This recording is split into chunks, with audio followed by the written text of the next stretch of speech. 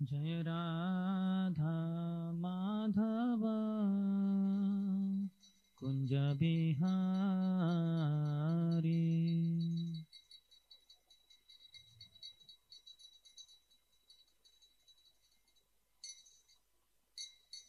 जय राधा माधव कुंज बिहारी।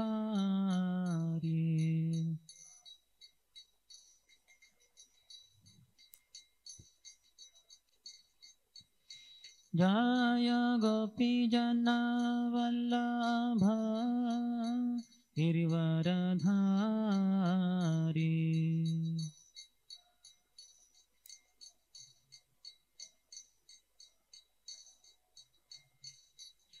गोपीजन वल्लभ गिरिवरधारी।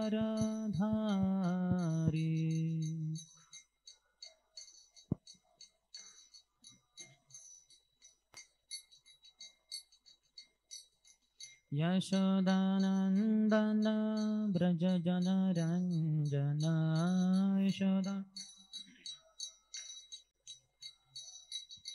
यशोदानंदन ब्रज जन रंजन।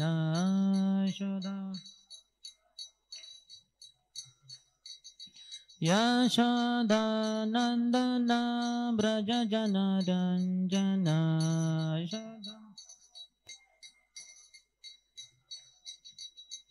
यमुना तीरा वनचारी।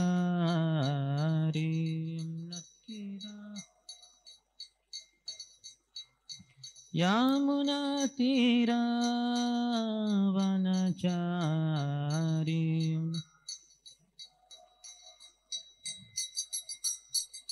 जय राधा माधव कुंज बिहारी। राधा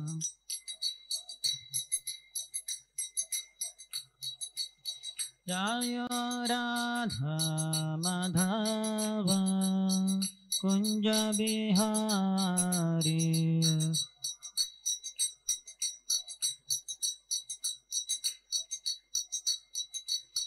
हरे कृष्ण कृष्ण कृष्ण हरे हरे, हरे राम राम राम हरे हरे।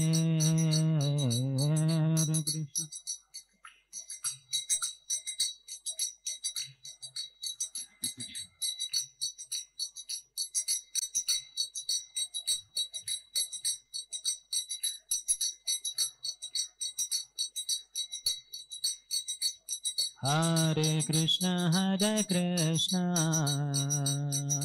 कृष्ण कृष्ण हरे हरे, हरे Ram Ram Ram Hare Hare.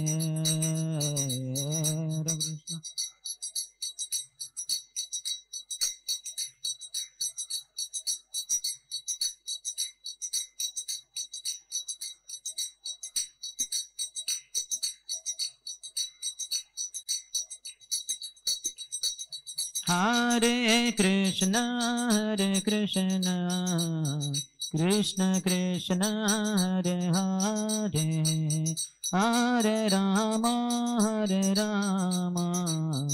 Ram Ram Hare Hare.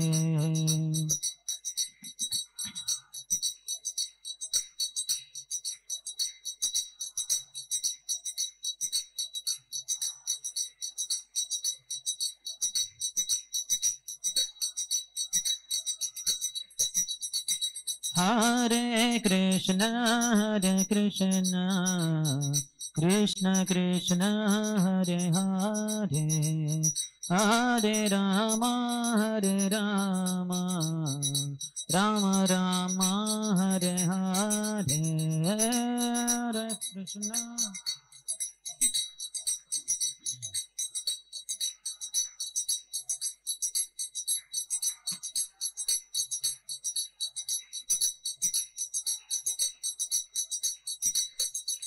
Hare Krishna Hare Krishna Krishna Krishna Hare Hare Hare Rama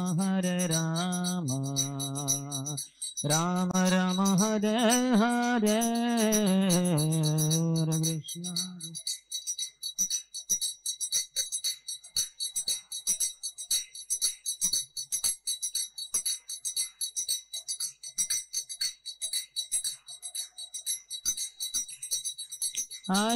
Krishna Hare Krishna Krishna Krishna Hare Hare Hare Rama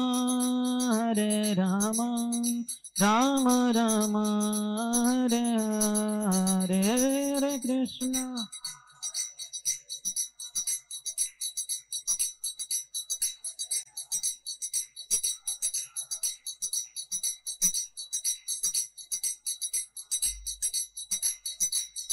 Jaya Gauranitai Jaya Gauranitai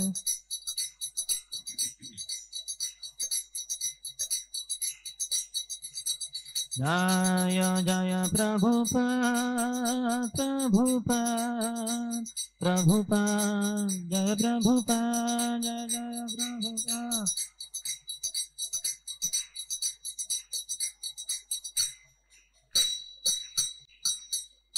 जय ओम विष्णुपाद परमहंस परिव्रजकाचार्य अष्टोत्तर शत श्री श्रीमती डिवाइन ग्रेस अभय चरणारविंद भक्ति वेदांत स्वामी शिल प्रभुपाद की ISKCON founder acharya BPT founder acharya saviour of the whole world Srila Prabhupada की जय ओम विष्णुपाद परमहंस परिव्रजकाचार्य अष्टोत्तर शत श्री श्रीमद भक्ति सिद्धांत सरस्वती गोस्वामी ठाकुर शिल प्रभुपाद की अनंत कोटि वैष्णव वृंद की नामाचार्य शिल हरिदास ठाकुर की प्रेम से कहो श्री कृष्ण चैतन्य प्रभु नित्यानंद श्री अद्वैत गदाधर श्रीवास आदि गौर भक्त वृंद की श्री श्री राधा कृष्ण गोपिका श्याम कुंड राधा कुंड गिरिराज गोवर्धन की ब्रजभूमि श्री वृंदावन धाम की मथुरापुरी धाम की पुरुषोत्तम क्षेत्र श्री जगन्नाथपुरी धाम की श्री नवद्वीप मायापुर धाम की गंगा मैया की यमुना मैया की भक्ति देवी की श्रीमती तुलसी महारानी की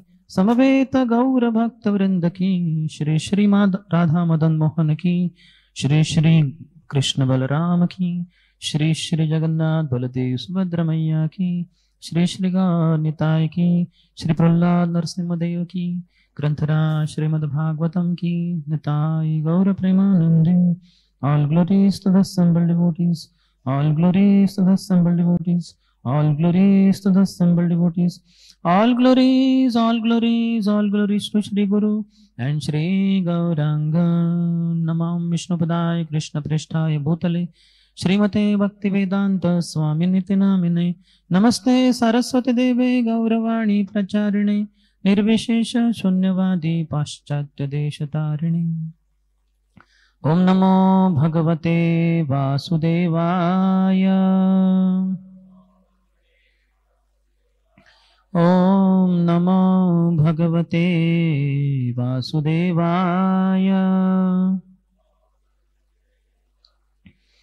ओम नमो भगवते वासुदेवाय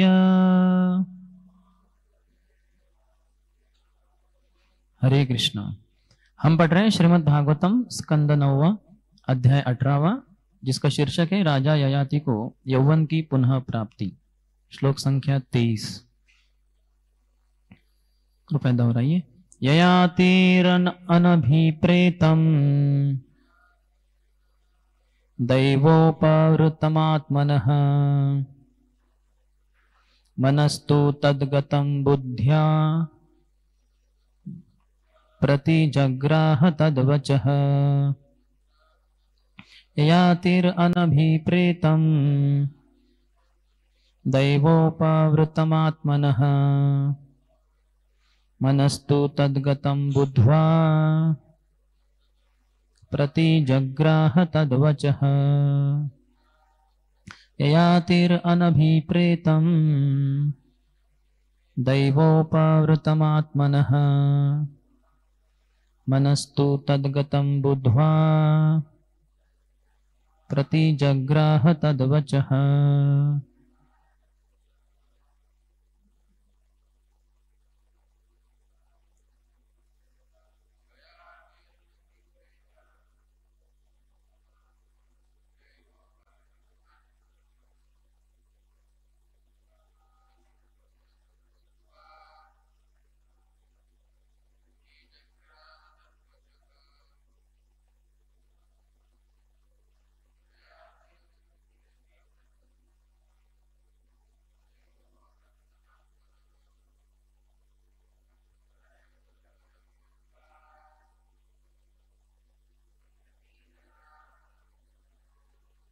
माता है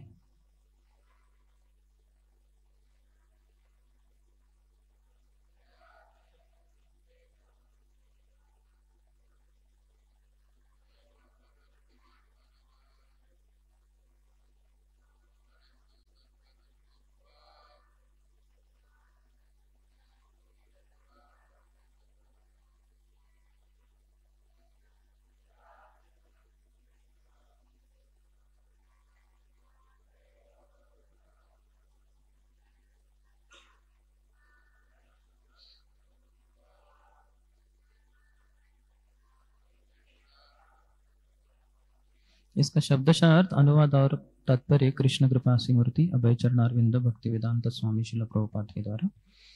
ययाति ही राजा ययाति अनभिप्रेतम न चाहते हुए, दैव उपरुतम विधाता द्वारा की गई व्यवस्था को,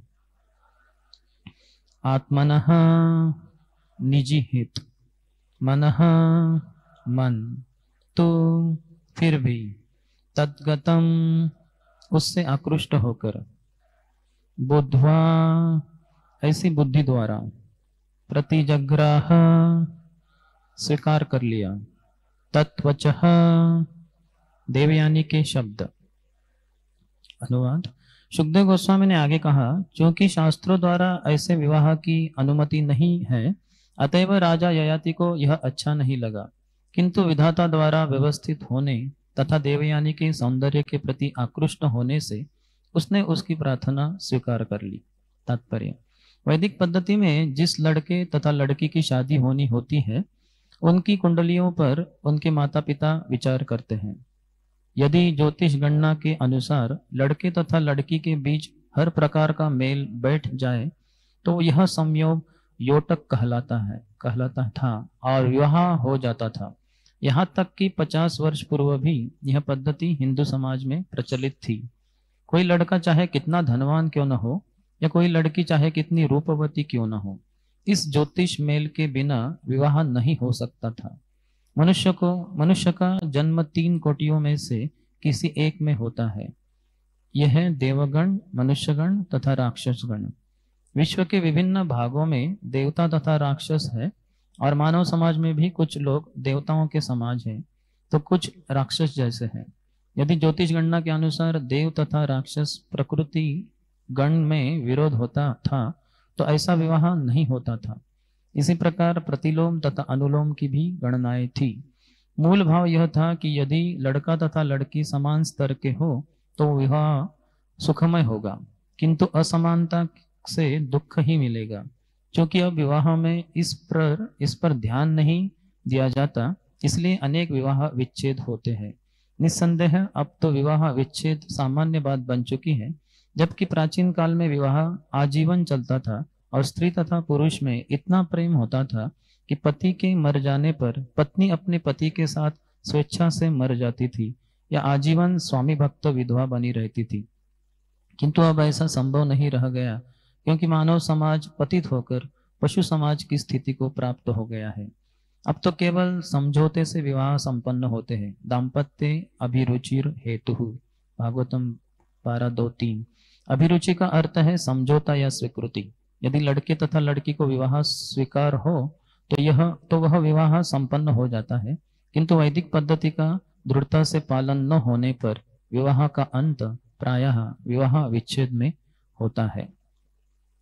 ओम ज्ञानतिमिरान्धस्य ज्ञानाञ्जनशलाकया चक्षुरुन्मीलितं येन तस्मै श्रीगुरवे नमः। श्रीचैतन्यमनोभीष्टं स्थापितं येन भूतले स्वयं रूपः कदा मह्यं ददाति स्वपदान्तिकं। वन्देऽहं श्रीगुरोः श्रीयुतपदकमलं श्रीगुरून् वैष्णवांश्च श्रीरूपं साग्रजातं सहगणा रघुनाथान्वितं तं सजीवं साद्वैतं सावधूतं परिजनसहितं कृष्णचैतन्यदेवं श्रीराधा कृष्णपादान् सहगणा ललिता श्रीविशाखान्वितांश्च वाञ्छाकल्पतरुभ्यश्च कृपा सिन्धुभ्य एव च पतितानां पावनेभ्यो वैष्णवेभ्यो नमो नमः। जय श्री कृष्ण चैतन्य प्रभु नित्यानंद श्री अद्वैत गदाधर श्रीवास आदि गौर भक्त वृंद। हरे कृष्णा कृष्णा कृष्णा हरे हरे, हरे राम राम राम हरे हरे।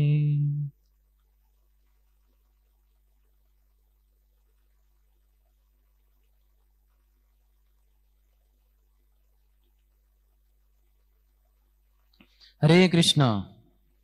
आज सुबह के श्रीमद् भागवतम कक्षा में सभी भक्तों का हार्दिक स्वागत। हम जो ये विभाग देख रहे हैं श्रीमद् भागवतम के अंतर्गत, तो इसके अंतर्गत राजा ययाति और देवयानी की जो विवाह है उसकी चर्चा हो रही है। तो इसके पूर्व थोड़ा सा 90वें स्कंद का हम अवलोकन करेंगे, फिर ये कथा और फिर ये तात्पर्य। तो ये जो 9वां स्कंद है इसमें प्रमुख विषय है ईशानु कथा। श्रीमद् भागवतम के 10 विषय हैं। अत्र सर्ग विसर्गादि स्थानम पोषणम उदयः मनवंतर ईशानु कथा निरोध मुक्तिराश्रय। तो ये 10 विषय है, उसमें ईशानु कथा का यहाँ वर्णन हो रहा है 9वें स्कंद में। तो ईशानु कथा यानी ईश जो है भगवान, इनके एक के बाद एक वर्णन हो रहे हैं। वैसे 7वें स्कंद में भगवान नरसिंह देव की चर्चा हुई, 8वें में वामन देव की हुई, तो यहाँ भगवान रामचंद्र की हो रही है। कृष्ण के बारे में भी थोड़ा सा चर्चा हो रही है, और भी कुछ अवतारों का वर्णन यहाँ 9वें स्कंद में होता है।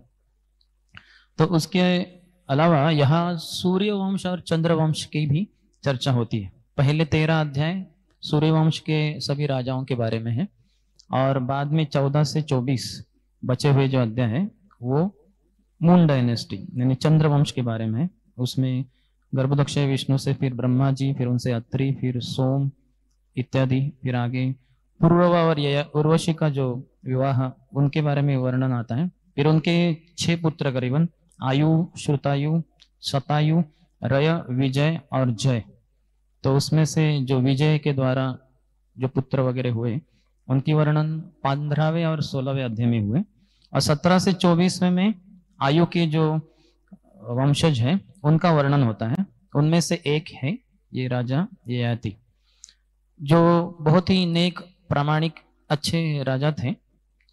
और एक बार ऐसे हुआ कि जो ब्राह्मण थे शुक्राचार्य, तो उनकी जो पुत्री थी देवयानी, उनका और उनकी सहेली का जो वृषपर्वा की पुत्री थी शर्मिष्ठा, वो जो एक बार जब जाते हैं अपने पैलेस के, उनके महल के स्नान करने के लिए, अपने कपड़े निकाल कर जाती हैं वो सब और स्नान कर रही होती हैं। तो अचानक वहां से शिवजी गुजर रहे होते हैं, तो शर्मिंदगी महसूस करके वो बाहर आते हैं और कपड़े पहनते हैं, अपने शरीर को ढकते हैं। लेकिन गलती से जो शर्मिष्ठा थी वो देवयानी के कपड़े पहन लेती है। तो इससे देवयानी बहुत क्रोधित होकर उनको डांटती है कि आप ऐसे कैसे कर सकते हैं, क्योंकि आप तो हमारे नौकर के समान हैं, क्योंकि हम ब्राह्मण हैं।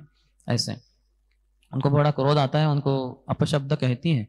तो शर्मिष्ठा भी बहुत क्रोधित हो जाती है कि आप ऐसे हमें कैसे बोल सकते हैं ना, आप तो हमारे ही ऊपर आधारित है, क्षत्रिय लोग ब्राह्मणों का पालन पोषण करते हैं। ऐसे कर कर वो देवयानी के कपड़े खींच लेती है और फिर उनको एक कुएं में फेंक देती है। तो कुएं में वो नग्नावस्था में रहती है उसी, और सब सहेलियां चली जाती है। उस समय ये जो राजा है ययाति वहां से गुजर रहे होते हैं और वो कुएं के पास जाते हैं पानी पीने के लिए, तो देखते हैं कि वहां एक नग्न स्त्री है। तो अपना अंगवस्त्र उसको दे देते हैं, वो अपने शरीर को ढकती है और अभी उसको ऊपर निकालने के लिए वो हाथ देते हैं, उसको भी ऊपर आना है क्योंकि वो कुएं में फंसी हुई। तो हाथ देकर उनको ऊपर उठा लेते हैं और वो कहती है अभी कि आपने मेरे हाथ को पकड़ा है तो अभी आप ही मुझसे विवाह कीजिए। तो कहते हैं कि नहीं, आप तो ब्राह्मण कुल की हैं, मैं तो क्षत्रिय कुल का हूं, तो ये उचित नहीं है विवाह। इसको प्रतिलोम विवाह कहते हैं। विवाह के दो प्रकार होते हैं, अनुलोम और प्रतिलोम। अनुलोम में जो उच्च वर्ग के लड़का रहता है और लड़की नीचे के या उसी वर्ग की हो सकती है, फिर निचले वर्ग की, निचले वर्ण की, ब्राह्मण पुत्र, ब्राह्मण लड़का और हो सकता है क्षत्रिय लड़की वगैरह। लेकिन यहाँ उल्टा हो रहा है जिसको प्रतिलोम विवाह कहते हैं। तो ये शास्त्रों में इतना इसके लिए अनुमति नहीं है, क्योंकि जो स्त्री होती है उसको अपने पति के प्रति जो श्रद्धा, जो पातिव्रत्य, इसके लिए वो थोड़े ऊंचे स्तर पे होना चाहिए। यहाँ तक कि हम देखते कद भी थोड़ा ऊंचा होना चाहिए, या फिर उसका एजुकेशन भी ज्यादा रहेगा आज के समाज में भी, न उसका उम्र ज्यादा होना चाहिए, थोड़ा सा 9 साल का अंतर उसके अंतर्गत वगैरह। तो ये सब देखा जाता है और फिर वो पत्नी अपने पति को अच्छे से वो आदर दे सकती है। लेकिन वो अगर उसके निम्न स्तर का है तो समस्या हो जाएगी, इसलिए शास्त्रों में उसके लिए अनुमति नहीं है। तो ये प्रतिलोम मैरिज कहलाया जाता है। तो यहाँ प्रतिलोम मैरिज की चर्चा हो रही है, तो जिसके कारण राजा ययाति थे वो इसको स्वीकार करने के लिए तैयार नहीं थे। वो सोचे ये उचित नहीं है, मैं कैसे कर सकता हूँ, लेकिन फिर भी वो इसके लिए मान जाते हैं, बाद में हम देखेंगे। तो इसके बारे में आचार्यों ने बहुत सारी चर्चा की है।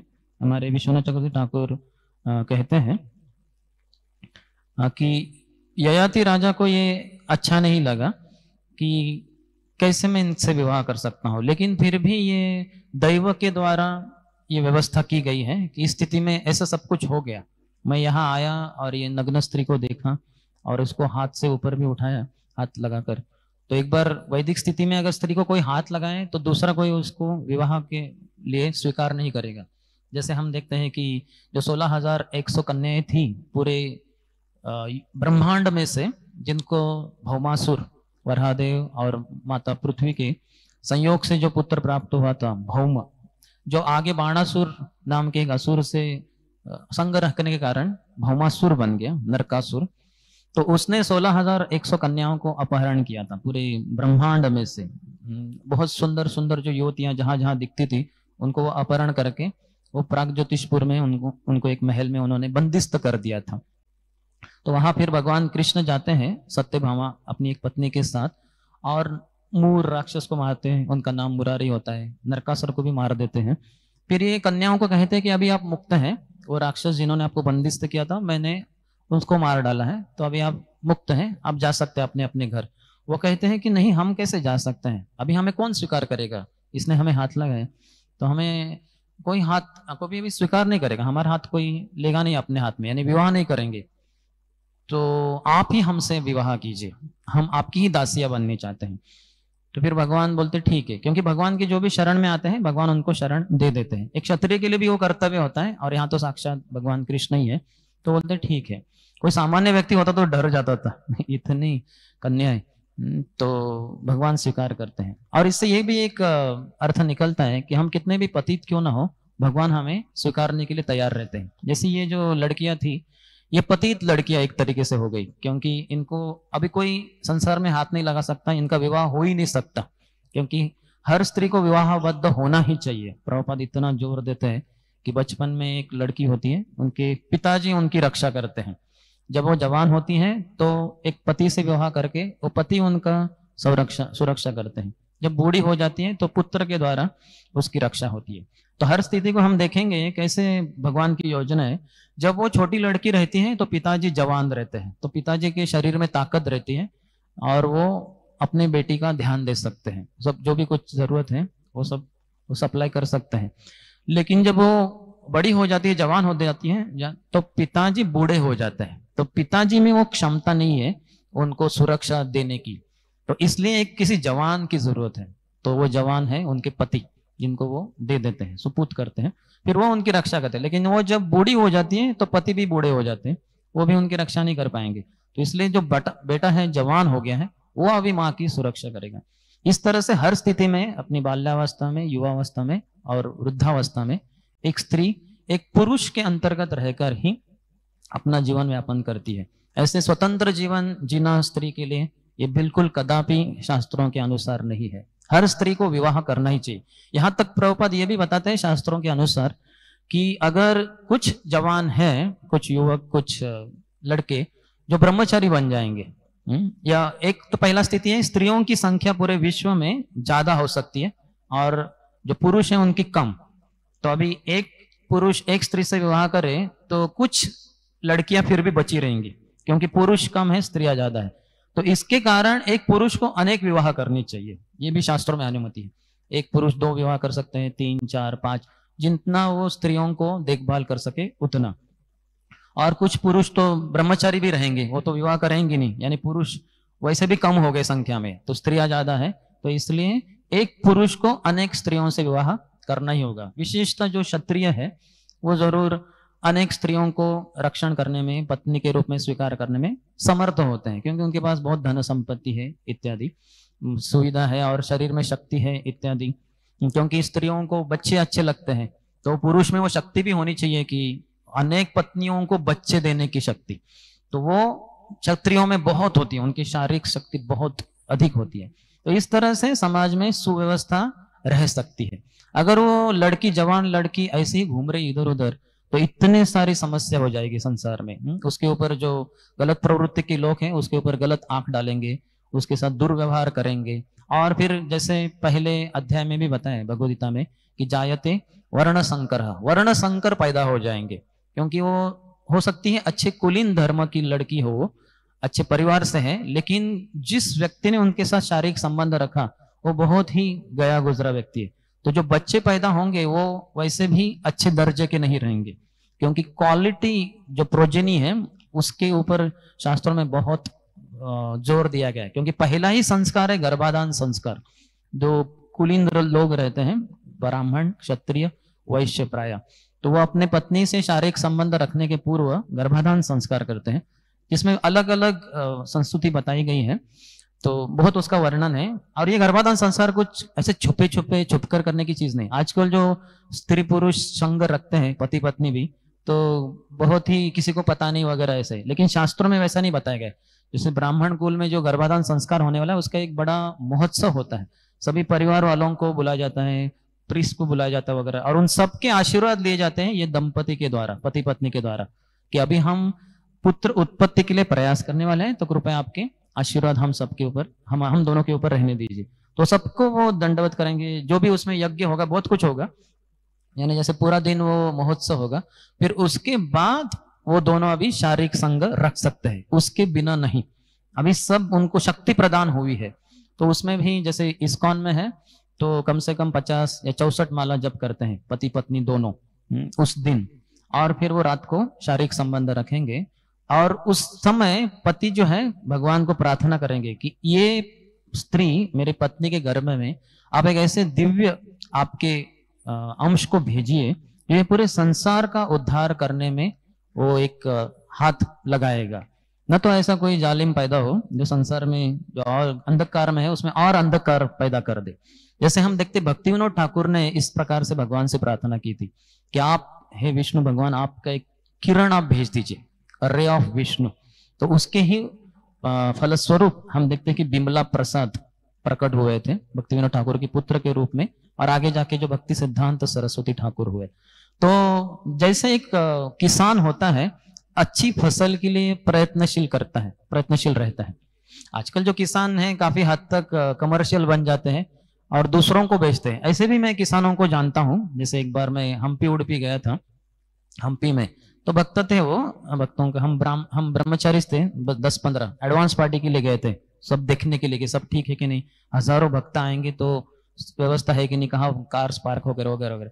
तो उन्होंने हमें बताया कि हमने उनको पूछा कि ये अच्छा आपका चावल, उन्होंने प्रसाद खिलाया हमें, तो ये बहुत अच्छा है, तो क्या ये कैसे बना, आपने कैसे बनाते हैं? वो बोले हमारे पास 2 फील्ड्स हैं, तो एक जगह पे हम कमर्शियल फील्ड यानी जो बेचते हैं अनाज, तो उसमें हम सब ये जो है क्या कहते हैं उसको, फर्टिलाइजर्स, आज के समाज के जो बहुत ही दूषित रहते हैं तो वो सब डालते हैं, लेकिन हमारे लिए जो है उसमें हम गोबर गोमूत्र वगैरह वो अच्छे से हम सिंचन करते हैं और आपको उसी से खिलाया जा रहा है वगैरह। तो जैसे किसान होता है वो अच्छी फसल पैदा करने में दिलचस्पी रखता है, उसी तरह से एक व्यक्ति को समाज के सुधार के लिए अच्छे प्रजोत्पादन, अच्छे संतति को निर्माण करने का बड़ा दायित्व रहता है। बहुत सारे व्यक्ति के धर्म रहते हैं, शरीर धर्म तो है ही, लेकिन कुल धर्म रहता है, स्त्री धर्म, पुरुष धर्म, तो उसके अनुसार समाज धर्म वगैरह बहुत सारे धर्म है, तो उसके अनुसार व्यक्ति को अच्छे बच्चे पैदा करने के लिए, विशेषतः गृहस्थों के लिए ये कार्य बताया है। तो ये करेंगे तो समाज का उन्नति होगा, उद्धार होगा। तो इसीलिए बताया गया है कि एक स्त्री को विवाहबद्ध होना चाहिए, अन्यथा वो ऐसी भटकती रहेगी तो समाज में आतंक मच जाएगा। और आज के समाज में हम देखते हैं कितनी दुर्दशा हुई है कि स्त्रियां ऐसे ही भटकती रहती है, विवाह करने के लिए तैयारी नहीं होती। बहुत पढ़े लिखी हैं, जॉब करते हैं, बीटेक किया, एमटेक किया, सॉफ्टवेयर इंजीनियर से, और विवाह नहीं, हम नहीं। जैसे हाल ही में मैं मुंबई पुणे से दिल्ली में फ्लाइट में था, तो मेरे बाजू में एक जवान लड़की बैठी थी, तो मैंने उसको किताब दिखाया परफेक्शन ऑफ योगा, तो उसने लिया वगैरह। तो मैं उनसे बात कर रहा था, तो उनको पूछा कि उनका नाम लवी था, आसाम से गए थे, तो उनको पूछा कि आप क्या कर रहे हैं, आपका उम्र कितना है? तो बातें बातें करते करते 30। बोले आपका विवाह हुआ क्या? बोले विवाह नहीं हुआ। बोले विवाह के बारे में आपने सोचा है क्या? बोले नहीं, मैंने सोचा नहीं। बोले आपको विवाह करना चाहिए, अब सोच सकते हैं बाद में। अच्छा, उनको ये सब बता नहीं सकते कि एक स्त्री को पुरुष के अंदर रहना चाहिए वगैरह, वो भड़क जाती थी शायद। अच्छी स्वभाव थी, लेकिन फिर भी तो ऐसे बहुत सारे होते हैं। अभी कुछ ये है संस्कृति, उसके कारण होते हैं कुछ विवाहबद्ध, लेकिन धीरे धीरे वो प्रमाण बढ़ता जा रहा है कि लड़कियां विवाहबद्ध नहीं होना चाहती। जैसे एक बार मैं दिल्ली से राउरकेला फ्लाइट में था, तो जो बाजू में बैठी थी श्रावणी करके, मिसेस श्रावणी, तो वो 26 साल की ही थी, कॉग्निजेंट में वो HR मैनेजर है। और उनसे पूछा मैंने आपका विवाह हुआ क्या? हाँ विवाह हो गया। तो उनके पति के फोटो दिखाए उन्होंने, तो 28 साल के हैं, 2 साल उम्र। तो मैंने तुरंत उनको पूछा बस 2 साल आपसे बड़े? बोले हाँ हमारा लव मैरिज हुआ। बोले ठीक है, नो प्रॉब्लम, वो IIT भुवनेश्वर से है उनके पति, तो ठीक है चलेगा, लव मैरिज भी हुआ। तो मैंने उनको बताया आदर्श पत्नी कैसे होती है, आपको आपके पति की कैसे सेवा करनी चाहिए, आपको कुकिंग आता है क्या? बोले नहीं मुझे वेजिटेरियन इतना आता नहीं। बोले आप आपके पति को बहुत खुश कर सकती हैं अच्छे से रसोई बनाकर वगैरह। अर्थात वो तो HR मैनेजर है, आप सोच सकते हैं कॉग्निजेंट के। तो ऐसे समाज आज इतना अलग ही दिशा में जा रहा है। तो स्त्री भी जॉब करती है, फिर घर में बच्चों को संभालने के लिए कौन नहीं है, तो फिर वो बच्चा किसी क्या कहते हो दाई माँ जैसे बेबी सिटर होती है। जैसे मेरी ही कजिन सिस्टर है, बुआ की बेटी, तो मैंने उसको पूछा कि तुम्हारी बेटी 9वीं में है तो फिर क्या करती हो? तो बोले कि स्कूल से आती है 1 बजे और फिर वो बेबी सिटर वो है उधर जाती है। बोले वो बेबी सिटर इतनी बड़ी हो गई वो थोड़ी ना बेबी सिटर के लायक है। बोले नहीं क्या करूँ, जवान लड़की है और हम मुंबई में रहते हैं, मुंबई के सबब में, उपनगर में, तो अगर जवान लड़की अकेले फ्लैट में रहेगी तो उचित नहीं है। तो स्कूल से आने के बाद उधर ही चली जाती है एक ब्राह्मण के घर में, उधर ही प्रसाद भोग खाती है कुछ तो, और फिर उधर ही पढ़ाई करती है वगैरह। और शाम को हम दोनों जब जॉब कर रहे हैं वो वापस आते हैं तो वो भी वापस आ जाती है घर में वगैरह। तो फिर मैंने देखा कि उसके ऊपर अच्छे संस्कार ही नहीं है, उस लड़की को न भगवान और भक्ति और कुछ है ही नहीं ज्यादा कुछ। तो ऐसे समाज बहुत ही अधोगति की तरफ जा रहा है, क्योंकि लोग पैसे के पीछे पागल हो गए। मैं अपना एक फ्यूचर, मेरा एक करियर बनाना चाहता हूँ, और स्त्रियां विशेष सोचेंगी कि मैं अपना करियर बनाना चाहती हूँ, हाँ ऐसे सॉफ्टवेयर इंजीनियर बन के पैसे कमा कर वगैरह वगैरह। तो फिर बहुत झमेले हो जाते हैं, बहुत मुश्किल हो जाता है, क्योंकि वो जो बच्चा है उसके ऊपर उसको माँ का वो ध्यान मिलता नहीं, माँ का जो संग है मिलता नहीं। एक स्त्री जो है, माँ जो है, बच्चे को जो शक्ति दे सकती है इस संसार में कोई और नहीं दे सकता। जो मन है बच्चे का उसको दृढ़ बनाने के लिए, बहुत स्ट्रांग विल पावर बच्चे में आने के लिए माँ का संग बहुत जरूरी होता है उस अवस्था में जब बच्चा बढ़ रहा होता है। क्योंकि माँ जब है, हो सकता है माँ के करीब ना जाके उससे बातें ना करे, वो घर में खेल रहा है, लेकिन पता है माँ उधर है अगले रूम में या उधर बाजू में, उसी से बच्चे को बहुत शक्ति प्राप्त होती है कि है मेरी माँ इधर ही। लेकिन वही बच्चा है देखता है कि माँ नहीं है, वो कहीं कहाँ गई, वो जॉब को गई, शाम को आएगी, तब तक वो अकेला है बेचारा, टीवी देखेगा, ये देखेगा, वो देखेगा, उसका मन विकृत बन जाता है। और फिर ऐसे जाके आगे बच्चे फिर आत्महत्या करते हैं, बहुत कुछ समाज के लिए घातक बन जाते हैं वो।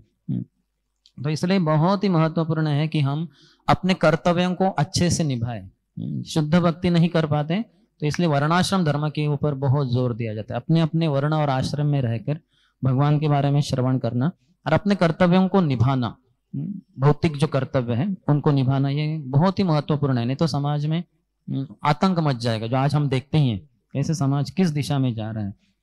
तो यहाँ महाराज ययाति ये बहुत ही धर्मनिष्ठ राजा होने के कारण बहुत सोच विचार कर रहे थे कि ये मेरे लिए उचित नहीं है, लेकिन ये दैव की व्यवस्था है तो इसलिए मैं इसको स्वीकार करता हूं। मेरा मन हमेशा धर्म में स्थित है, विश्वनाथ चक्रवर्ती ठाकुर कहते हैं। तो इसलिए इस लड़की की, देवयानी की जो विनती है मैं उसको स्वीकार करता हूं। इसके बारे में ही विश्वनाथ चक्रवर्ती ठाकुर ने जो दिया है अनुवाद उसका। अभी तात्पर्य में वो कहते हैं, उन्होंने सोचा कि उन्होंने, ये देवयानी ने कहा कि ये भगवान की इच्छा है, इस सब प्रोविडेंस से, दैव से आप यहाँ आए। मैं यहाँ नग्नावस्था में असहाय स्थिति में थी, आप यहाँ आए और निकालने का एक ही तरीका है, वहां तो कुछ ऐसा क्रेन बुलडोजर वगैरह ऐसा कुछ था नहीं, तो हाथ से ही निकाला। और राजा भी बहुत शक्तिशाली, तो हाथ से पकड़ के उनको निकाला। तो अभी हाथ पकड़ा ये लड़के ने एक लड़की का, तो अभी ये लड़की कोई भी विवाह नहीं करेगा उस लड़की से। तो ये दैव की व्यवस्था है, ऐसे ये राजा सोच रहे हैं, भगवान की इच्छा है, तो इसमें कोई पाप तो नहीं दिख रहा है।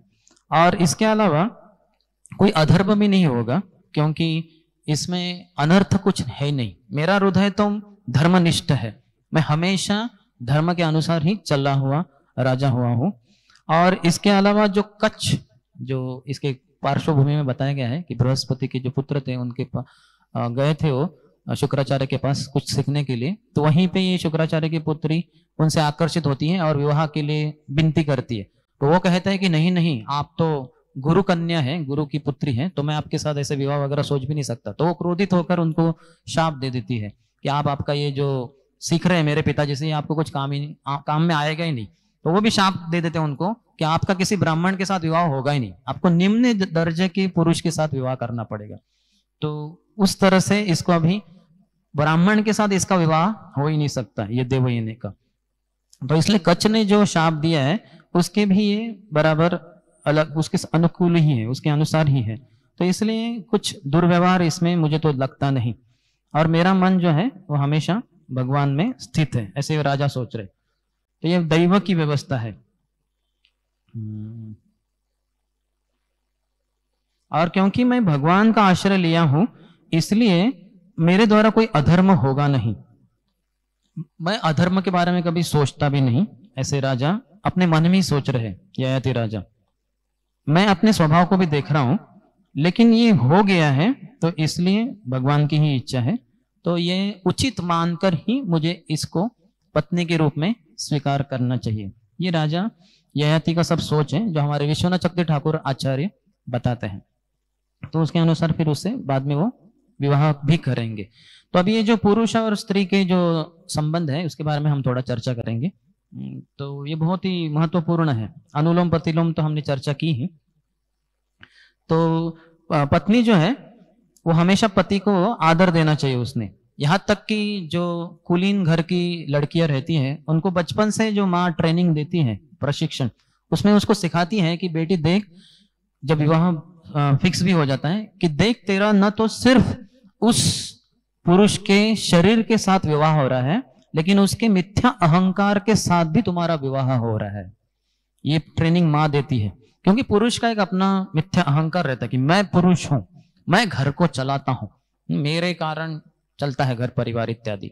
और ये पुरुष में रहेगा ही। जब प्रामाणिक गुरु के शरणागत होगा तब वो नम्रता से उससे दूर हो सकता है, नहीं तो फिर हर पुरुष में वो अहंकार रहेगा ही। हम सब भगवान कृष्ण के साथ जो वैकुंठ में थे उनके साथ बंड क्या कहते हैं उसके साथ, उनके साथ रिबेलियन करके द्वेष के कारण यहाँ आए हुए हैं। तो ये द्वेष भावना हमें करता अहम, मैं करता हूं, मैं एंजॉयर हूं, इस रूप में आएगा। तो ये पुरुष में भावना काफी अधिक रहती है। तो स्त्री को उनके साथ रहना है पत्नी के रूप में, तो उनके न तो शरीर के साथ रहना है लेकिन उसके मिथ्या अहंकार के साथ भी रहना है। तो इसलिए झुककर रहना है। अगर वो झुककर नहीं रहेगी तो वो पारिवारिक जीवन में बहुत उथल पुथल मच जाएगा। और आज के समाज में हम देखते हैं उसका अंत हो जाता है डाइवोर्स, जो प्रभुपाद उसको विवाह विच्छेद कहते हैं। बहुत अच्छा शब्द है एक तरीके से। तो हम जो शब्द जानते हैं हिंदी में डाइवोर्स को, वो तो तलाक है। ये तलाक शब्द हिंदी है ही नहीं, ये उर्दू शब्द है, क्योंकि ये उस लोगों में ये होता था, निम्न दर्जे के लोगों में। लेकिन सनातन धर्म के जो पक्के अनुयायी है उनमें तलाक नाम का सवाल उठ ही नहीं सकता। पति पत्नी एक बार विवाहबद्ध हो गए तो मरते दम तक साथ नहीं छोड़ेंगे एक दूसरे का, इतना उनका घनिष्ठ संबंध रहता था। कभी एक दूसरे को फंसाना वगैरह संबंध ही नहीं, एक दूसरे की सेवा करनी है और दोनों साथ में रह के पूरे समाज के सभी लोगों की भी सेवा करनी है। ये उनका बहुत ही उच्च कोटि के विचार रहते थे। लेकिन आज सब सेल्फ सेंटर्ड हो गए काफी हद तक, यानी खुद को ही सेंटर में रखते हैं, केंद्र में, और फिर सब दुनिया मेरे ही इर्द गिर्द, मेरे आजू बाजू घूमना चाहिए, ऐसे सोचते हैं। हमारे गुरु महाराज परम पूज्य राधानाथ स्वामी महाराज कहते हैं कि कृष्ण भावना यानी अपने आप को केंद्र से बाहर निकालना और कृष्ण को केंद्र में रखना। तो जो पुरुष स्त्री इस्कॉन संस्था के अंतर्गत विवाहबद्ध होते हैं, अगर इसके अनुसार चले, ये वैदिक संस्कृति के अनुसार चले, तो बहुत ही अच्छे से पारिवारिक जीवन जी सकते हैं और अच्छे से आध्यात्मिक भक्ति कर कर 3 दुगनी रात चौगुनी प्रगति कर सकते हैं। नहीं तो फिर देखते हैं कि इस्कॉन संस्था के अंतर्गत भी पुरुष स्त्रियों का फिर डाइवोर्स हो जाता है, बहुत अधिक मात्रा में भी। क्यों? क्योंकि शारीरिक स्थिति में रहते हैं। एक तो स्थूल शरीर या सूक्ष्म शरीर मैं हूं, उसके साथ जो पकड़ के रखते हैं उस संकल्पना को, उसके ऊपर मैं आत्मा हूं, इस संकल्पना पे वो पुरुष स्त्री आ नहीं पाते। तो फिर उनके झगड़े होते हैं, मिथ्याहंकार का टकराव हो जाता है, फिर वो अलग हो जाते हैं। तो ऐसा नहीं होना चाहिए। तो इसलिए स्त्री को झुक के रहना चाहिए, शास्त्रों में बताया गया। तो हम स्त्रियां सब एकदम बोलेंगे अरे हमें क्या ऐसे, हम क्यों झुके भाई, पुरुष क्यों नहीं झुक सकता? तो ये ऐसे नहीं चलता संसार में, है कि नहीं? एक को थोड़ा नम्रता से लेना है। अगर पुरुष स्त्री जितना झुकेगी उतना पुरुष का, पति का अपने पत्नी के प्रति प्रेम बढ़ेगा, वो उससे आकर्षित होगा कि बहुत अच्छी है मेरी पत्नी, शालीन है, अच्छी है वगैरह वगैरह, और फिर उसके लिए जो भी जरूरत है वो सब दे देगा। लेकिन आज स्त्री कहती है कि नहीं, मैं अपनी जरूरतें खुद ही पूर्ति कर सकती हूँ, क्योंकि मेरे पास, अगर आपके पास 30,000 का जॉब है, मेरा तो 60,000 का जॉब है। मैं बीटेक किया, आपने बीटेक किया, मैंने एमटेक किया। तो ये सब समाज में उथल पुथल माना जाता है। क्यों? क्योंकि जैसे शिष्य भी है, शिष्य को गुरु के प्रति शरणागत रहना होता है। जो ब्रह्मचारी भी है, उनको जो वरिष्ठ है उनके प्रति शरणागत रहना होगा। अगर वो बहुत ही अपनी मनमानी करेगा तो फिर वो टिक नहीं पाएगा आश्रम में, उसको फिर बाहर जाना होगा। किसी अन्य मंदिर घूमते रहते लोग, इस मंदिर उस मंदिर, कहाँ मेरी सुनेंगे लोग। जैसे एक मैं जानता हूँ ब्रह्मचारी को, वो बीमार गिर गए थे करीबन 1 महीने के लिए, बहुत लंबे अरसे के लिए जैसे बीमार थे। तो सेवा तो कुछ नहीं, उनकी सेवा में एक लगाया था एक भक्त को वगैरह। तो बाद में जब ठीक हो गए वो, तो 2 घंटे की सेवा कर रहे थे मंदिर में। तो फिर उनको प्रेसिडेंट ने कहा बुलाकर कि प्रभु आप ठीक हो गए अभी, तो आपको अभी अधिक सेवा करना चाहिए, कम से कम 6 घंटे का सेवा तो करना ही चाहिए, अब जवान भी है। वो बोले नहीं मैं इतना नहीं कर सकता, मैं बीमार था वगैरह, तो अभी 2 ही घंटे का कर सकता। वो बीमार आप, वो बहुत समय हो गया उसके लिए, अभी आप तो अच्छे हैं, आपको 6 घंटा करना होगा। वो बोले नहीं मैं नहीं कर सकता। वो बोले फिर आपको यहाँ इस मंदिर में आप नहीं रह सकते, आपको यहाँ से जाना होगा। तो छोड़ के चले गए, दूसरे मंदिर चले गए। तो उधर भी वही समस्या, वो बोले मैं 2 ही घंटा कर सकता हूँ। वो बोले नहीं, आपको यहाँ हमारे इधर 8 घंटा सेवा करनी होगी। वो बोले अरे वो पहला वाला तो 6 घंटा बोला, अभी ये 8, तो उधर भी नहीं टिकने। ऐसे करते करते छोड़ दिया, फिर बाद में विवाहबद्ध हो गए। तो इस तरह से मनमानी करके इस संसार में भी सुख से नहीं जी सकते। आध्यात्मिक जीवन में तो बहुत ही नम्र बनना है। तो ये अगर हम तैयार नहीं है इसके लिए, तो प्रगति कैसे कर पाएंगे? भौतिक संसार में भी सुख से चयन जीवन नहीं जी पा रहे, तो आध्यात्मिक जीवन में कैसे प्रगति कर पाएंगे? तो इसलिए बहुत ही अपने आप को झुक कर रखना बहुत ही महत्वपूर्ण है। जो करके रहते हैं ऐसे, वो भौतिक रूप से भी संतुष्ट रहते हैं, सुखी रहते हैं, और आध्यात्मिक रूप में भी बहुत प्रगति कर सकते हैं। तो जो स्त्री का जो स्वभाव, जो आचरण जरूरत है, वही एक शिष्य का भी, वही एक ब्रह्मचारी के लिए भी वही लागू होता है कि झुककर रहना होगा। अगर नहीं झुककर रहेंगे तो फिर समस्या हो जाएगी। इसी कारण हम स्त्रियों की जो स्थिति उसके बारे में बोल सकते हैं। हम तो कहेंगे, लोग कहेंगे आप तो स्त्री है ही नहीं, आपने विवाह किया ही नहीं, न तो आप गृहस्थ भी बने। क्यों बोल सकते हैं? किस बलबूते पे? शास्त्रों के बलबूते पर, गुरु परंपरा में जो सुने उसके कारण। और हमारी भी स्थिति एक स्त्री के समान ही है। मूलतः तो हम प्रकृति ही है, भगवान ही एकमात्र पुरुष है और हम सभी प्रकृति है। लेकिन ठीक है, चलो ऊपरी रूप से इस मानव जीवन में हालांकि पुरुष शरीर में हम रह रहे होंगे, लेकिन चेतना तो स्त्री की ही होनी चाहिए। सबऑर्डिनेट करके, जो क्या कहते हैं सबऑर्डिनेट को, जो नीचे का है, सुपीरियर है, फिर सबऑर्डिनेट है, वरिष्ठ है, फिर हम कनिष्ठ है।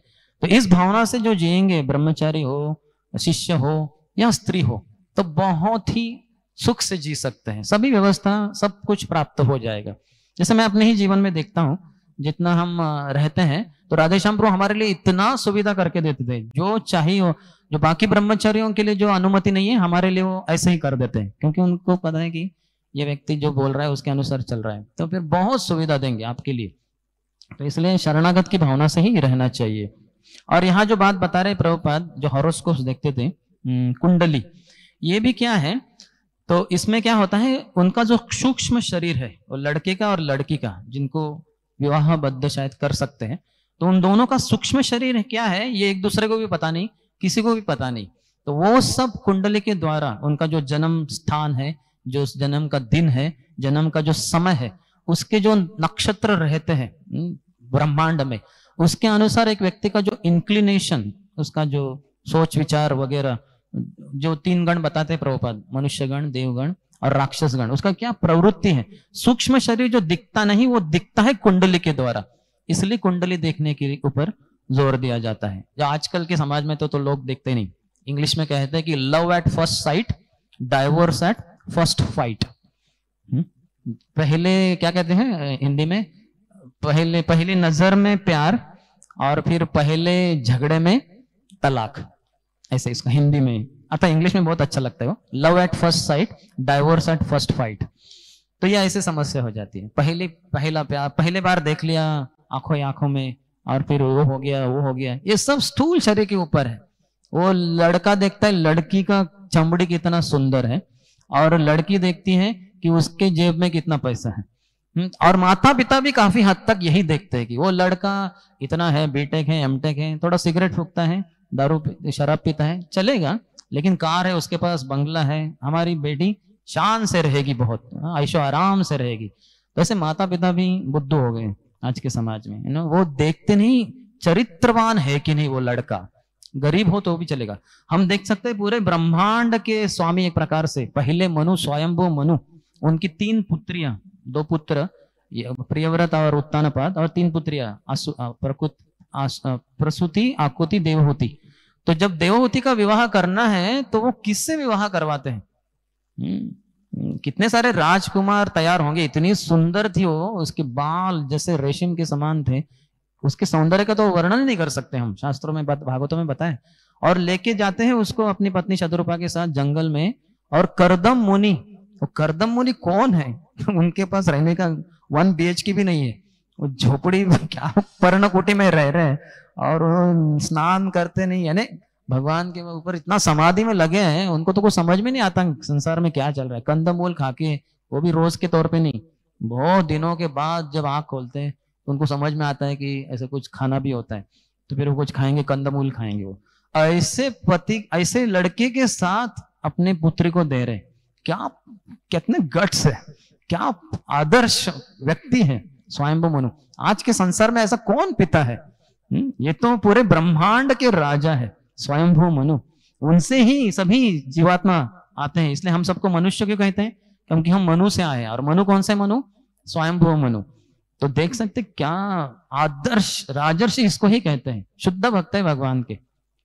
और मन में तनिक भी संशय नहीं किया कि अगर कुछ हुआ तो डाइवोर्स तो नहीं होगा कल सवाल ही नहीं उठता। और माता देवहूति कितने संकटों से गुजरी, उसका जो सौंदर्य था, वो मिस यूनिवर्स उनके सामने एक कॉकरोच के समान दिखती थी, वो उनका सौंदर्य धीरे धीरे धीरे पति की सेवा करते करते करते इतना निकल गया कि वो जैसे एकदम बूढ़ी के समान और कुरूप स्त्री के समान ही पराया दिख रही थी।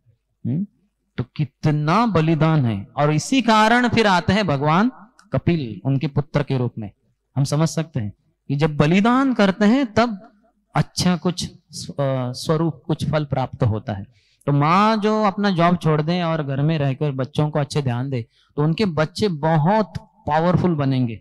पूरे संसार का उद्धार करने के लिए वो मदद करेंगे पूरे संसार के लिए। जैसे हम खुद के जीवन में देखते हैं, क्योंकि हमारी माँ एक सीधी सादी शालीन थी, 7वीं पढ़ी थी, 7वीं भी छोड़ दिया था, 19 साल की उम्र में विवाह हो गया था। आई फिर घर में और इतना शालीन जीवन जिया। तो हमारा वैष्णव परिवार में था जन्म, तो सब भक्ति तो थी ही और सामाजिक कार्य वगैरह सब कुछ अच्छे से कर रहे थे। और घर में ही थी, जब चाहे माँ के पास जा सकते हैं, जो चाहे उसको सुना सकते हैं। यहाँ तक कि हम मूवीज वगैरह भी देखते थे तो घर में आके माँ को पूरा 2-3 घंटा वो मूवी एज इट इज सब डायलॉग के साथ बता देते थे।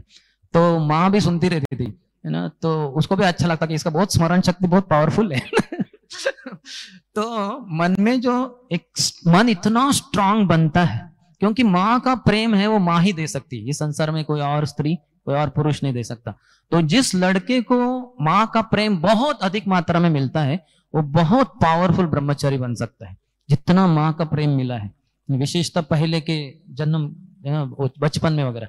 ये गौरांग प्रभु ने भी कहा था, जो स्त्री अपने बच्चे को 1.5 साल के लिए अपने स्तन से दूध पिलाती है, यानी बहुत प्रेम है। प्राय सामान्यतः शायद 6 महीने के बाद उसको फिर अन्नप्राशन सरस में वगैरह हो जाता है, फिर वो नहीं शायद, लेकिन जो 1.5 साल के लिए पिलाए, उसका अपने बच्चे के प्रति बहुत प्रेम है। तो ऐसा बच्चा मन में बहुत शक्तिशाली बनेगा और आगे जाके बहुत अच्छा ब्रह्मचारी बनेगा। ऐसे गौरांग प्रभु हम एक प्रवचन में सुने और हम भी देखते हैं कि वो सही है। जो love seekers can not be distributors of love. जो बच्चों को माँ का प्रेम नहीं मिला है, फिर वो इधर उधर से ब्रह्मचारी भी बन जाते हैं। फिर मुझे भी एसएमएस आते रहते बीच बीच में ब्रह्मचारियों के, सैफरन ब्रह्मचारी सेकंड, प्रभु अगर हमारा किसी के साथ रिलेशनशिप, हाँ रिलेशन मैंने कुछ स्त्री वगैरह नहीं, ब्रह्मचारी ही ना, लेकिन वो हमारे साथ संबंध रखने में दिलचस्पी नहीं है, तो फिर हम क्या करें। हाल ही में आया था मुझे 2 दिन पहले, तो मैंने उनको कहा इससे हम समझ सकते हैं कि भगवान कृष्ण के साथ हमारे संबंध अच्छे नहीं है, तो इसलिए उसको सुधारने के लिए प्रयत्नशील बनना चाहिए। और साथ ही साथ जिन ब्रह्मचर्यों के साथ हमारा संबंध अच्छा है, उनको उनके साथ चलते रहिए, क्योंकि उनके साथ नहीं जम रहा, उनको आपके साथ नहीं संबंध रखना, यानी उतना। ऐसे कितने घटनाओं को हमें देखना पड़ता है। बहुत सारे ब्रह्मचारी आते हैं कि वो ब्रह्मचारी मुझे बहुत अच्छे लगते हैं, उनके साथ पढ़ना वगैरह, लेकिन उनको मैं अच्छा नहीं लगता, क्या करूं प्रभु जी। तो बहुत मुश्किल हो जाता है। क्या प्रॉब्लम है इसमें? माँ का प्रेम नहीं मिला है। ये ब्रह्म, इसका फाउंडेशन नींव क्या है? माँ का प्रेम नहीं मिला है बचपन में ये लड़कों, ये ब्रह्मचारियों को। फिर वो लव सीकर्स बन जाते हैं। अभी स्त्री से तो विवाह नहीं कर सकते, स्त्री तो वो प्रेम नहीं दे, वो तो टूट गया क्योंकि ब्रह्मचारी बन गए। लेकिन फिर अभी ब्रह्मचारी कोई और तो, और फिर बहुत समस्या हो जाती है। तो ये सब का मूल, हम जो वर्णाश्रम गलत तरीके से किए, ब्रह्मचारी भी बनते हैं लोग, तो ब्रह्मचारी बनने में भी वो अच्छे नहीं बन पाते, क्योंकि शारीरिक चेतना के ऊपर नहीं उठ पा रहे। अपने स्थूल शरीर, सूक्ष्म शरीर के ऊपर मैं आत्मा हूं, इस स्तर पर वो आ नहीं पा रहे। गुरु ही मेरे पिता है, गुरु ही मेरे माँ है और शास्त्र है, ये जो वो नहीं कर पाते, क्योंकि उनका जो शारीरिक घड़न है स्थूल और सूक्ष्म शरीर का, वो अच्छे से नहीं हुआ है बचपन से। तो ऐसे करके समस्या हो जाती है।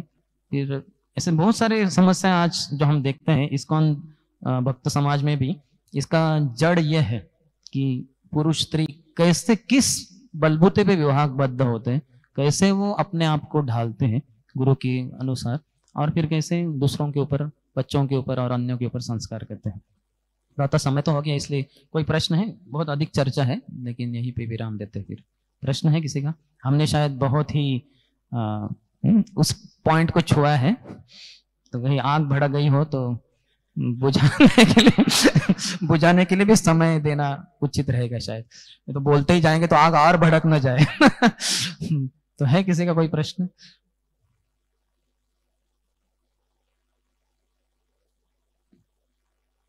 शायद आग लगी नहीं फिर। या भड़की नहीं, एटलीस्ट मंद अग्नि चल रही थी शायद। नहीं,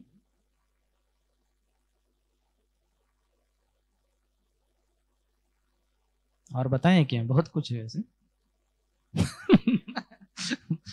प्रभुपाद ने बहुत अच्छे से लिखा है अपने तात्पर्य। जैसे यहाँ बताएं कि दाम्पत्य अभिरुचि ही, दाम्पत्य अभिरुचि हेतु वही है। 12वें स्कंद में करीबन 55 करीबन लक्षण बताए हैं कलयुग के। जैसे सूत्रत्व विप्र, जैसे सिर्फ एक जनेऊ पहने से व्यक्ति अपने आप को ब्राह्मण समझता है। जैसे एक बार मैं वाड़ी जंक्शन स्टेशन पे था, ट्रेन के लिए राह देख रहा था, देखा 2 ब्राह्मण जनेऊ पहने हुए वो वहां से ऑमलेट खरीद रहे थे एक हथगाड़ी से। मुझे इतना ये हो रहा था, मैं सोचा कि उनको जाके बताता हूँ, सर आप ब्राह्मण परिवार से हैं, आप कैसे कैसे कर सकते। बाद में सोचा नहीं, उचित नहीं रहेगा क्योंकि वो भड़क जाएंगे। और क्या सोचते आप, अरे हम तो सिर्फ ऑमलेट ही खा रहे, लोग तो मांस मच्छी भी खाते हैं, तो हम चुप ही रहे। तो जैसे ये कलयुग का एक लक्षण है। और जो पति है उसको अपने माता पिता से उतना प्रेम नहीं रहेगा, लेकिन पत्नी के जो माता पिता है, ससुर सास ससुर, उनके ऊपर बहुत अच्छे से बोलेगा, मेरे सास ससुर ऐसे ऐसे। और पिता माता पिता को दुर्लक्षित करेगा। तो ये एक लक्षण है। तो वैसे ही एक लक्षण है दाम्पत्य अभिरुचिर हेतु। वो ऊपर की चमड़ी को ही देखेंगे एक दूसरे के, लड़का लड़की की चमड़ी को देखेगा और लड़की उसकी जेब में कितना पैसा है, कितनी मेरी इच्छाओं को पूर्ति कर सकता है, उसके अनुसार वो विवाह करेंगे। तो ये समाज का ये समस्या हो जाती है। इससे बचना है तो इसके उदाहरण बहुत सारे हैं। जैसे हम देख सकते गांधारी, कंदाहार से थी, गंधार देश की राजकन्या गांधारी, जो आज की स्थिति में कंदाहार है, अफगानिस्तान की थी वो। और जब विवाह उनका तय हो गया धृतराष्ट्र के साथ, सबसे बड़े कौरव, तो उनको पता चला कि हमारे होने वाले पति अंधे हैं। तो तुरंत उन्होंने क्या किया, अपने हाथ से ही एक पट्टी अपने आंखों के ऊपर बांध दी। क्यों? क्योंकि मेरे पति देख नहीं सकते और मैं देखूंगी, और ये भी देखने को मिलेगा कि कभी कभी वो चलते चलते फिसल जाएंगे, कुछ चीज से टकरा जाएंगे, कुछ ग्लास वगैरह नीचे गिर जाएगा, क्योंकि अंधे हैं, दिखता नहीं सामने क्या है पता नहीं, गलती से ऐसे हाथ लगा दिया और ग्लास गिर गया, टूट जाएगा वगैरह, तो मुझ में अहंकार चढ़ जाएगा कि कैसे हैं, ठीक से चलते भी नहीं क्योंकि अंधे है करके वगैरह। तो ये भाव नहीं आना चाहिए। तो मुझे अपने पति के अनुसार ही रहना चाहिए। तो मैं भी अपने आप को अंधी बना देता हूँ। आंखें फोड़ना जरूरी नहीं है, बस पट्टी लगा दी, पूरे जीवन भर पट्टी लगा दी।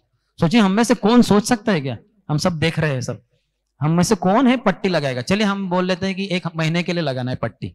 हम बोलेंगे पागल हो गए क्या, 1 महीने के लिए क्यों पट्टी लगानी, भगवान ने दिए ना आंखें, देखते हैं ना सब कुछ। क्या बलिदान है, देखिए कितना बलिदान है, आजीवन के लिए बांध देना। तो ऐसे स्त्रियां रहती थी पूर्व के जमाने में, इसलिए बहुत बहुत ही संसार अच्छे से चलता था, बहुत दूसरों के ऊपर अच्छे संस्कार कर सकते थे वगैरह। जैसे एक उदाहरण है, और बहुत सारे उदाहरण है, जैसे सत्यवान सावित्री भी है। तो सावित्री को पता था कि इनका 1 साल के बाद ही मृत्यु हो जाएगा, लेकिन फिर भी विवाह किया और यमराज जी के साथ उनका वार्तालाप हुआ, इतना कि जाके वो कहे कि ठीक है आपकी जो इच्छा है पूर्ति कर दूंगा, लेकिन एक नहीं, पति नहीं मिलेंगे वापस। बोले ठीक है, मेरे जो माता जो ससुर हैं उनका जो राज्य चला गया वो वापस दे दीजिए। ओके ठीक है। वो जो अंधे हो गए उनको दृष्टि प्राप्त हो जाए, ठीक है। फिर वो फिर भी चलती ही रही थी उनके पीछे, और अंततः कहे कि मुझे है ना अच्छे पुत्र प्राप्त हो। तो बोले ठीक है तथास्तु। बोले बिना पति के कैसे पुत्र प्राप्त होंगे, और तो मैं तो पतिव्रता स्त्री हूँ, किसी और के साथ पुरुष के साथ तो संबंध हो ही नहीं सकता, तो आपको मुझे पति देने होंगे वापस। तो यमराज जी भी बहुत खुश हो गए और दे दिए। हाँ, जो मृत्यु को प्राप्त हुआ पति था उसको वापस लाने की शक्ति ऐसी पतिव्रता स्त्रियां रहती थी। और ऐसे पति के विरह में, पति भी बहुत उच्च दर्जे के भक्त रहते थे, तो वो पति के विरह में अगर मृत्यु हो गई पति की पहले, तो फिर उनको बड़ा दुख होता था। वो विरह में सहन न कर पाने के कारण वो पति की चिता में ही कूद लगाती थी और अपने शरीर का अंत कर दी थी। यहाँ तक कि जैसे प्रभुपाद कह रहे 50 साल पूर्व भी हम देख रहे थे, तो ब्रिटिश समय में एक स्त्री थी, उनके जवानी थी, उनके पति मृत्यु को प्राप्त हो गए, तो अभी वो सती जाने के लिए तैयार थी, अभी जाना ही है। तो ब्रिटिश अंग्रेजों को पता चला, तो एक अंग्रेज ऑफिसर आ गया उधर दौड़ते दौड़ते उनके पास और कहा कि आप ऐसा मत कीजिए, आप आपके पति चले गए, चिंता मत कीजिए, आप अबला है, मैं समझ सकता हूँ, आपको समस्या है आर्थिक वगैरह, मैं आपके लिए पूरे धनराशि वगैरह सब व्यवस्था कर दूंगा, आप 1 रुपया ऐसा मत कीजिए, वो आप खुद ही मत मारिए, ये अच्छा नहीं, आपका शरीर जल जाएगा वगैरह। तो उस स्त्री ने क्या किया, उनके सामने ही एक लालटेन था, वो लालटेन के आग के ऊपर अपना हाथ रख दिया, वो अंग्रेज ऑफिसर के सामने। तो वो अग्नि के कारण उसका चमड़ी फिर जलने लगा, त्वचा जलते जलते काफी जल गया, वो अंदर हड्डी तो वगैरह वो। लेकिन स्त्री ऐसी खड़ी थी मानो कुछ भी नहीं हो रहा है, जीवित थी। और ये तो ये देख के वो अंग्रेज ऑफिसर भी पूरा ठंडा पड़ गया। क्या डिटर्मिनेशन है, क्या विल पावर है स्त्री का, कोई सामान्य स्त्री नहीं है। ऐसे जबरदस्ती उसको वो सती नहीं जा रही है। फिर वो वहां से चुपचाप चले गए और फिर वो स्त्री चिता में बैठ गई और अपने पति का शरीर अपने गोद में ले लिया उन्होंने और चिता को आग लगाई गई और सबके सामने। पति तो मृत है, वो तो ऐसे ही सती हो गई और बिल्कुल चिल्लाई वगैरह कुछ नहीं। तो कितना विरह होता था पति से कि पति नहीं है, तो वो विरह के अग्नि में इतना जलन होता था कि ये जो इस दुनिया की अग्नि है उससे कुछ भी ताप नहीं होता था। तो इतना विरह हमारे लिए कब महसूस होगा भगवान के प्रति, गुरु के प्रति, गुरु की निर्देशन के प्रति। कबे हबे बोलो से देना मार, अपराध घूची शुद्ध नामे रुचि, कृपा बोले हबे हृदय संचार। कबे हबे बोलो से दीना मार। कब वो दिन आएगा जब मैं अपराधों को छोड़कर भगवान की शुद्ध नाम को बहुत ही आनंद से लूंगा। कब आएगा, उसके लिए राह देख रहे। प्रभुपाद के जीवन में हम देखते हैं उनका विवाह जो हुआ था राधा रानी दत्त से तय हुआ था, तो एक और लड़की देखी थी जो और अधिक सुंदर थी। तो प्रभुपाद सोच रहे थे, घर में तय हो गया कि ये राधा रानी दत्त से विवाह तय कर देते हम। ये अंदर की बात थी, सिर्फ प्रभुपाद उनके वगैरह बस, और बाहर उनको पता नहीं था किसी को। तो प्रभुपाद ने अपने पिताजी के पास वैयक्तिक रूप से जाके कहा, पिताजी वो जो दूसरी वाली लड़की है बहुत ही सुंदर है, मुझे अच्छी लगती है वो, तो उससे क्यों ना विवाह किया जाए। ये ठीक है उतनी सुंदर नहीं है जितनी कि वो है। तो पिताजी ने कहा कि देखो बेटे, अगर बहुत ही सुंदर लड़की से विवाह करोगे तो आगे जो तुम्हें गृहस्थ आश्रम से बाहर निकल कर भगवान के प्रचार प्रसार इत्यादि हेतु जो करना है, वानप्रस्थ इत्यादि, तो उसमें तुम डगमगा जाओगे, उसमें शक्ति नहीं रहेगी, क्योंकि पत्नी इतनी सुंदर है। तो तुम घर छोड़कर जाने के लिए है ना नहीं उसमें उत्साह मिलेगा। तो इसलिए अच्छा है कि यही अच्छी है, इतनी सुंदर नहीं है, इसलिए घर संसार से जब उचित समय आएगा तो जा सकते हो। तो तुम्हारे future Krishna consciousness point of view this is better. आगे की जो कृष्ण भावना में की प्रगति है उसके अनुसार यही लड़की अच्छी है, राधा रानी दत्त। तो प्रभुपाद भी सोचते रह गए, मेरा आगे का जो कृष्ण भावनामृत में प्रगति के लिए यही ठीक है, तो इसी से फिर कर लेते हैं। और सही हुआ है कि नहीं। उन्होंने प्रभुपाद की भगवता बेच डाली चाय में बिस्किट खरीदने के लिए। यू वांट टी और मी, आपको चाय चाहिए कि मैं चाहिए, मुझे तो चाय चाहिए। फिर प्रभुपाद को उन्होंने ऐसा कहा, उसके कारण प्रभुपाद हमारे हुए, तो हम तो अनाथ ही बनते थे, अनाथ ही रह जाते थे। तो माता जी के चरणों में हमारा अष्टांग प्रणाम, उनके चरण की धूली लेते हैं। उन्होंने प्रभुपाद को छोड़ा, इसलिए प्रभुपाद हमें प्राप्त हुए। तो इसी कारण शायद वो भगवत धाम चली जाएंगे जरूर। तो हम देख सकते प्रभुपाद के जीवन में भी उन्होंने ये किया, तो इसका उचित ही परिणाम होगा। तो स्थूल रूप से न जिए, थोड़ा और गहराई में जाके सूक्ष्म रूप की जो चीजें हैं उसको भी ध्यान देना चाहिए, और उसके परे तो आध्यात्मिक आत्मा के स्तर पे जीवन जिए तो बहुत ही लाभ हो सकता है। बहुत बहुत धन्यवाद। हरे कृष्ण।